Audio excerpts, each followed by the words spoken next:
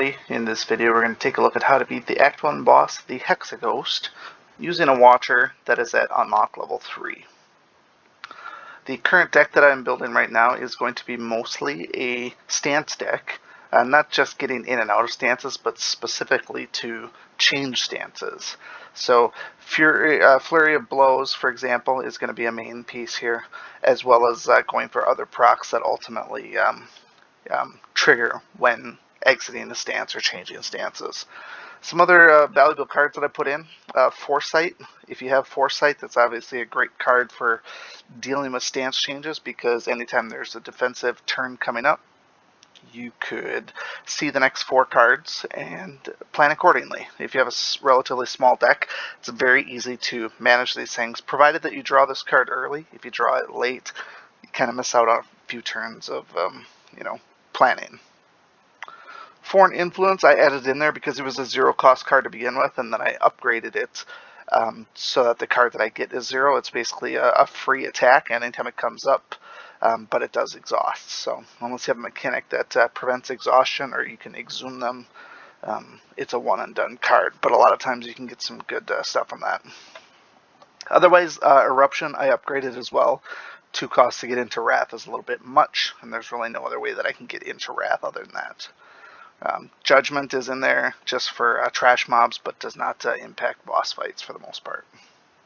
Otherwise, looking at the deck, it's nothing special. Should be able to easily replicate it and play with or without the cards that I have.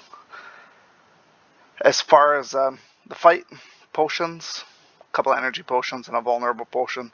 Vulnerable is going to go out right away just because of the way that this boss works. You get a free turn, and then he's going to go into his mega attack. Where I'm at with this here, I have 15 cards in my bank here. One of them should be an exit stance or to switch to calm, so I'm feeling pretty good about going into Wrath right off the start. And then with that, I want to make sure that I'm amplifying that with vulnerable. My runes or relics, if you will, are not important at all for this fight. I don't have anything that's worth anything. Alright, so here's what we're going to do. We're going to open things up by putting vulnerable out there to start with. That way at least get a little bit of benefit from that on the first play. Bumps it up to 13. And at this point, it's just a matter of playing your attack cards. Kind of have to determine if you want to play Windmill right from the start. I don't see any benefit of not playing it. It's a 2 cost card, so when other stuff starts coming up, I don't know that I want to really hold on to this. Yeah, it's going to grow in damage, and I could play it at any time with an energy potion, but it's a cost-benefit type thing. So I will hold it and retain it for now, and if I need to, I'll play an energy potion to play it just before my vulnerable expires. You don't want to essentially waste it, but I also don't want to waste my miracle because there's plenty of good cards in there that I want to make sure I have that safety net. Maybe not waste all of my energy potions.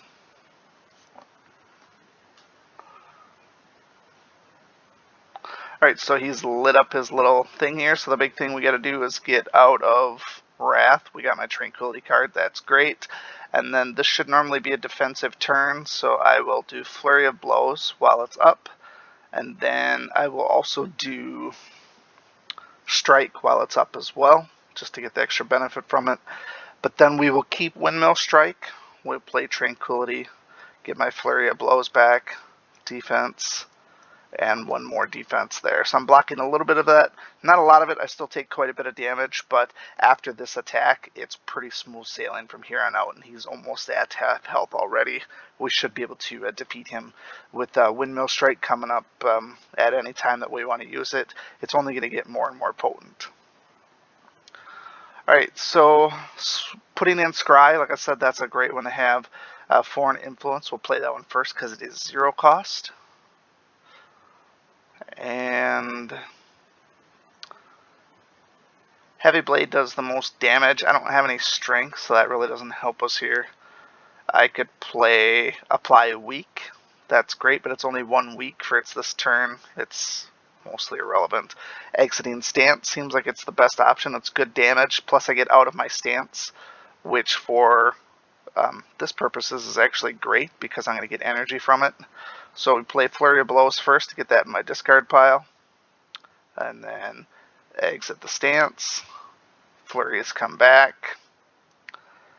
Got plenty of energy to deal with. Windmill Strike needs to be played because we're at the end of the line there. Would have been nice to have that one in Wrath, but that's okay. And then we can really play everything else. So now we got the Scry power.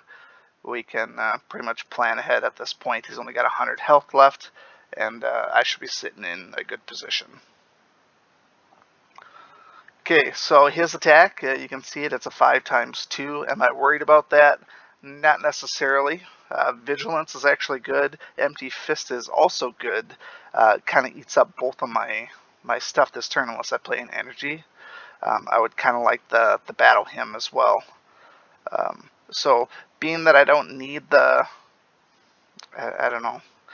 If I would have stayed in Vigilance, I could have just discarded this one, but I think I'm going to dump that one because it's a 2-cost.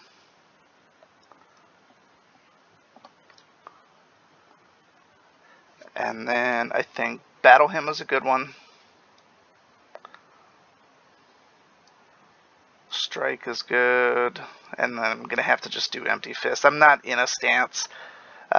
Even if I would have been, my Flurry of Blows are gone already. So switching stances wouldn't have really mattered there. It was really just kind of a throwaway turn, if you will. And those are going to come up every now and then. Okay, definitely going to get rid of this one here. His attack is a 6er. Again, I don't need anything defensive at that point, so let's toss Defend out. Free energy from attacks, I'll take both of those. Yes, please. Smite is coming up from the draw.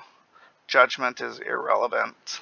And I can't get into Wrath, so no big deal there. So play everything that we can with attacks.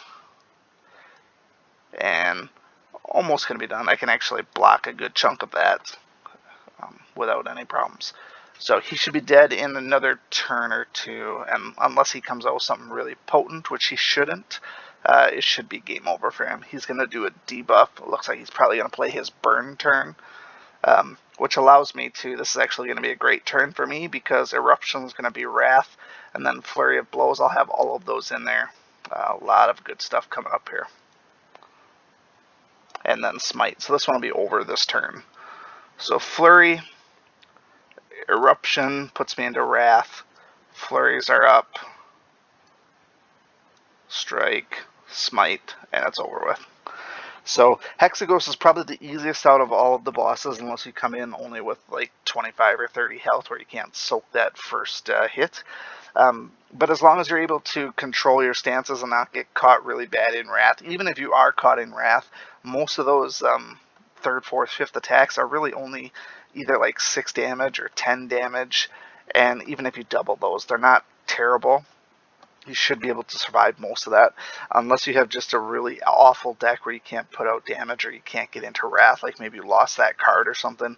That would be the only reason that you really, really suffer in this fight here.